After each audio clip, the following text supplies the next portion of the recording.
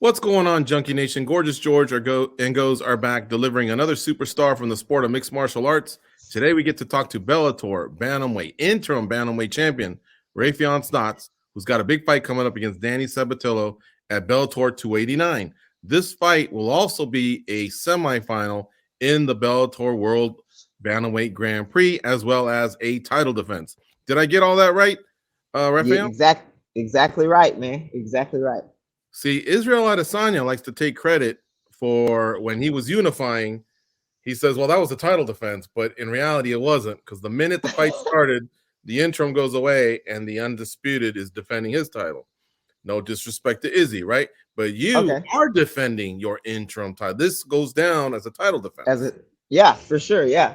Which doesn't happen very often. No, I've it's been not. told, yeah. That you're not defending your interim championship against the undisputed champion, or unifying, I guess. Yeah. What are your thoughts on the interim title? I've seen so many fighters just say it, grab it, put it on the ground, and disrespect it almost. And then there's others that wear it proud. You know, you go into their gym and it's there. And so, how do you feel about it? How do you feel about this title defense and everything surrounding it?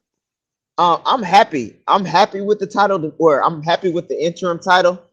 Because I didn't necessarily want to take the title from Sergio.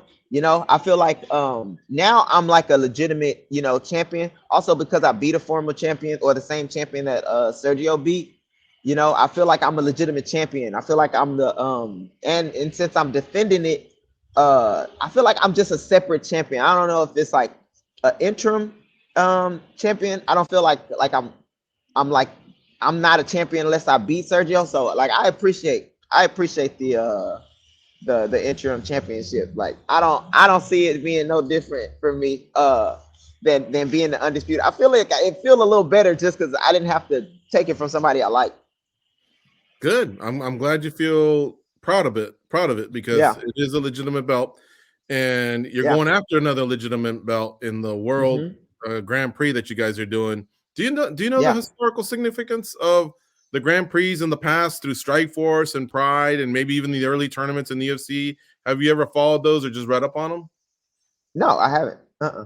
I don't know I at mean, all. some real killers have won Grand Prix. Daniel Cormier, Dan Henderson, Mauricio Shogun Rua, Vanderlei Silva. Like, there's a lot of Jeez. Mirko Crow Cop, Um, Yeah. uh, and then going back to the early UFCs, which were tournaments, kind of like Grand Prix. Some, Hmm. most of them were in one night. Obviously, Hoist Gracie, like so. Yeah. These Grand Prix are legit, man. Yeah, that's some elite names you mentioned in there. That's pretty dope to be like mentioned in regard to some of those guys. Yeah, that's crazy. I didn't know that. Yeah. I knew that the Pride and did Grand Prix, but I didn't know like um I didn't know like who competed. I didn't go back and watch Mhm. Grand Prix or nothing. No, I get it. I get it. No, but they're awesome. And this one, they stacked it with a lot of talent. There's former champions, title contenders, Yeah. and there's excellent records across the board. So this is a badass. This is going to be a badass skin on your wall, or skins on your wall, because you're going to have to go through three of them at the end of the Yeah. day. Yeah, yeah, it's definitely the. I feel like the bantamweight division in Bellator is just full of killers. Even guys that aren't in the tournament. This is a bunch of killers coming up, bunch of killers like in the tournament. Bunch of killers got beat. So yeah, I'm definitely gonna be proud of winning this whole thing. I know there's never really been any animosity between you and Sergio Pettis. But since you've won, have you guys started to drift apart just professionally, not because of anything wrong with the friendship? Or are you guys Yeah. still in touch? How's that work? I would say we haven't like drifted apart, but we don't communicate as often. But it's just mainly because we don't see each other. We should see each other every day for practice. Now it's like you know, like a happy birthday, or like I see something. Give him some. I DM him after like something happens, like he congratulates me, like a happy birthday or something like that. But I think we both are kind of like distancing ourselves professionally, just so we can wrap our heads around, getting in there and taking care of business with each other. Yeah, but yeah. So I mean, that's just it's a weird thing, man. It's a weird thing, but yeah, that's kind of what we're doing. I Yeah. think we're doing it like subconsciously though, you know, like it's like in the back of both our heads, like we don't have to freaking fight, you know. Yeah. But yeah, Okay, so I know you've been cornered in the past by Duke Rufus. I know you've yep, done a lot of work with Eric Nixick, but at the end of the day, who will be in your corner in about a week? yeah. So I've been working with Eve Edwards here in Houston, and then Eric Nixick has came down and helped me out with camp. So he'll be in my corner. So Eve Edwards and Eric Nixick will be there. Nice. Is one of them in particular the actual head coach or the one that'll give you direction in between rounds? Yeah, it'll probably be Eve Edwards because he's been here the majority of my camp, and like we've been working, you know, close together, uh, a majority of his camp. So it'll probably be Eve Edwards, and but I'll leave it up to those guys. And I think me and Eric talked about Eve, you know, heading it up, you know. So yeah, that's probably it. You couldn't be I'm in so better low hands. key. I don't really know what the fuck is going on. I just show up and I fight. You know, I don't really. I'm like they could tell me tomorrow, like, hey, we're gonna have this girl come and she gonna tell us what. I'll be like, all right, whatever.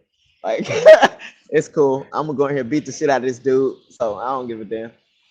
You couldn't be in better hands. We actually did a military visit with both guys on the same trip, and they were first class all the way. But you spend so much time with them, and then they talk about the game, and you realize like they're really students of the game, both of them. For sure, yeah. And like I just so this was my first camp with Eve Edwards. And I worked with him before my camp started, and I feel like me and him are like on the same wavelength, like as far as like our personalities, our you know the way we think about martial arts. And Eric Nixick is so he's a great MMA, one of the great MMA minds. I feel like tactically and yeah, so both of those, you're right. I can't be in better hands. I'm super happy. You know, I love the guys at Rufus Sport. Don't get me wrong. And I don't think no one is better or worse than the others. But I'm happy. You know, with who I got in my corner. All right. And so for this particular fight, does it help that it's a guy that brings a little bit of heat, a guy that you probably want to shut up? This is amazing for me. Not only do I get to talk shit and clown on this dude that I don't like, but also I get to be the one who shuts his mouth, which is like extra like motivation. You know what I mean? So when you're doing the monotonous things, when I'm hitting the bag or running extra miles and stuff like that, I get to recall the things he said to me or the things I said to him, and I get to make him pay for them. You know, so this is amazing. I'm loving that he's like talking. I'm loving that I get to be the one to beat him up. Like this is great. Where would you say he ranks as far as like solving the puzzle that he is as compared to other opponents you've had? So I was saying this before.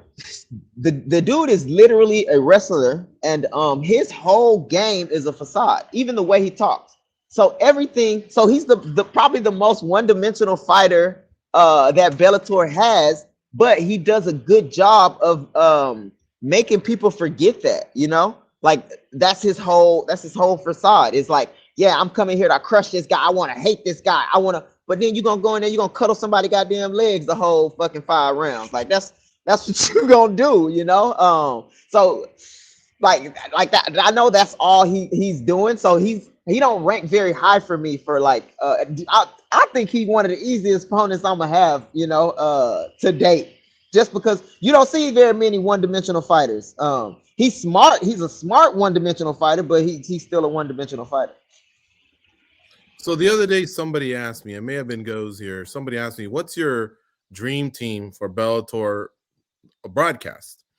And I go, well, I like Big John and Mauro Ranallo. I don't even know if Mike Goldberg still kind of rotates in with them, but I think I side with Big John and Mauro Ranallo. Yeah. And Nalo is fucking hilarious. He is. And then obviously Josh Thompson's kind of earned his spot after all these years. Yep. And then I forget the new gal's name, the one that replaced Amanda. Yeah, Amanda. She's solid. Yeah. And then obviously I'm looking for that last fighter, right? And I said, man, yeah, Okay, I really like the swag of Overtime, Corey Anderson, when they put him up, just because he was on a winning. Yeah, he was. He's been winning. Yeah, He's done UFC and Bellator, and I'm all ears if he's talking. But man, Yeah. you kill it when you're there. Hey, guys, I want to see more. let's go. Let's go. Let's go. I want to see more of you, man, because like it just raises the energy of the broadcast. So they send it up to the host desk, and then you keep it going and make me forget that I'm waiting for 20 minutes in between fights. Let's go. Let's go. Hey, I appreciate that, man. I appreciate that, man. More than you know, man. Thank you. Thank you, man. What have you heard about that? Can you get in that rotation more often? Yeah, they everybody loves me. From what I hear, the Showtime president and Scott Coker text me. Like everybody is like all about it, and we're trying to get me like on more regularly. That's like something that I'm trying to do and be a part of. And they say that they're gonna start like having more opportunities for me. So yeah, hopefully that becomes like a thing that I can do. I love doing it. It was like super fun for me. So yeah, that'd be fun. I feel like when I watch the NBA, I don't know if you ever watched the NBA, but there's old Charles Barkley on the side. Yeah, you don't know what he's gonna say, but it's gonna be cool. But it's gonna be funny.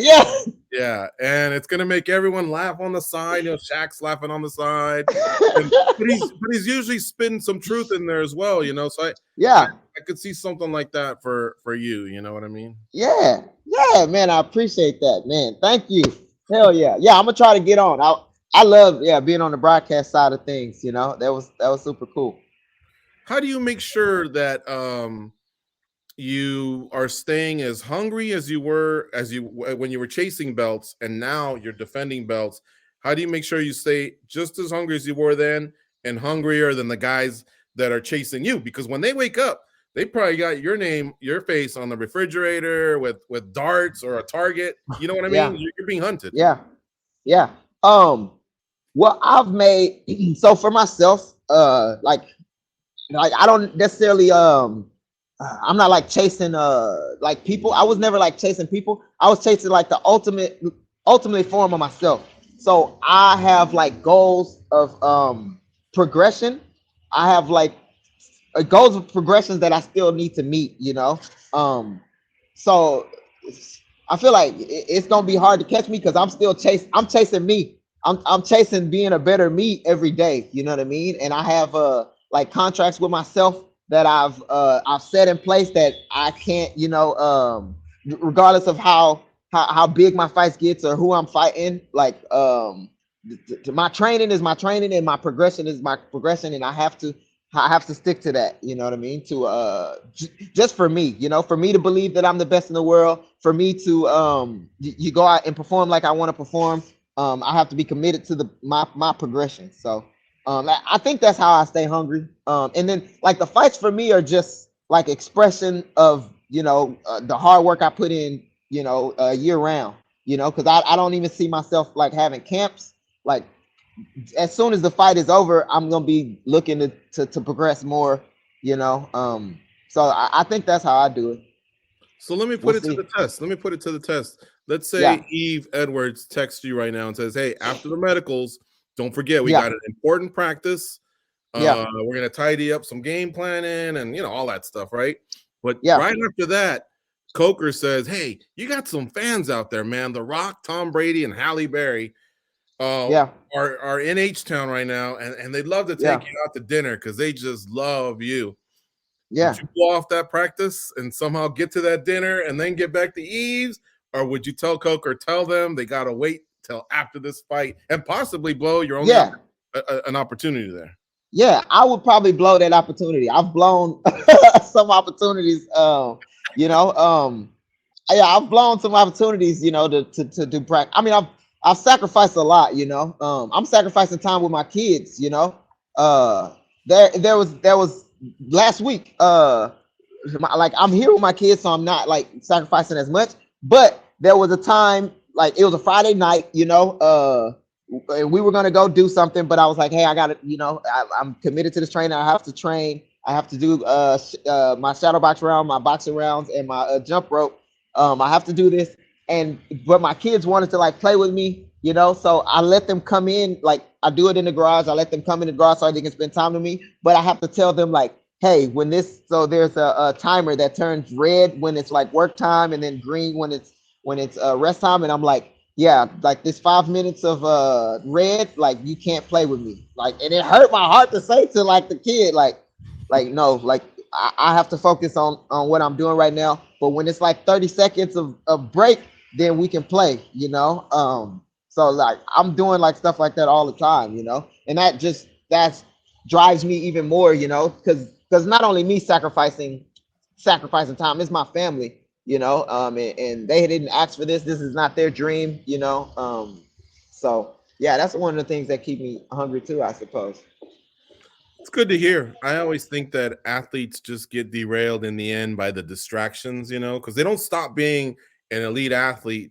But if you just lost that focus for a little bit versus someone who has not lost one bit of focus, that could be the difference in the 5th round, you know, of a fight. I was watching Kayla Harrison and Larissa Pacheco, for example, the other day at PFL. It went down to the 5th round, and it was back and forth, and whoever wins the 5th could take the title. I'm definitely not accusing Kayla of that, right? But I'm just wondering, you know, like, could that have been the difference? You know, I don't know, because Kayla's so popular and so pulled in so many directions. Who knows, man? I mean, it could be.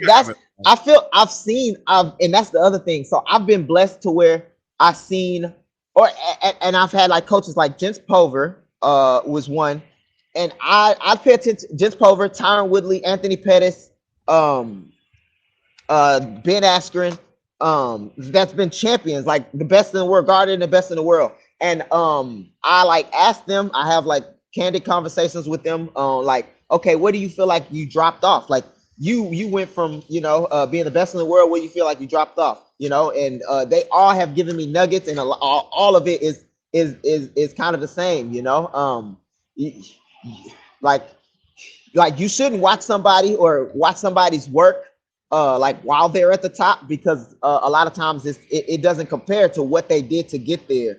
You know, and like their mindset and what they did to get there, like that's like the hardest thing I feel like for them to keep. And that's what I tried to, and that's like one of the contracts to myself, like the work I'm doing now that's the very least I got to do, you know.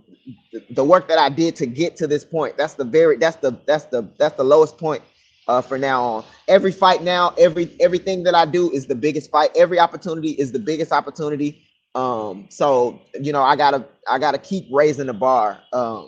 I've been blessed because I've been able to see, you know, kind of the rises and the falls of some of those guys, you know.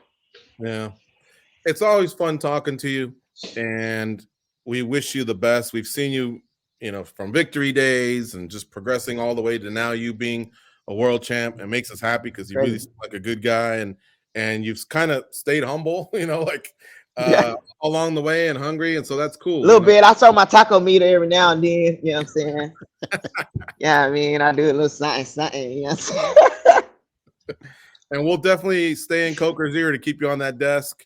Let's go. You know, between fights, obviously, we still need you as an MMA fighter. I think you have the potential to be one of the Bellator's biggest, you know, historical figures ever, man. You know, along with Pitbull and Chandler and Lima and Bader, and so keep on doing your thing, Raufeon. Yes, sir. Thank you, guys, man.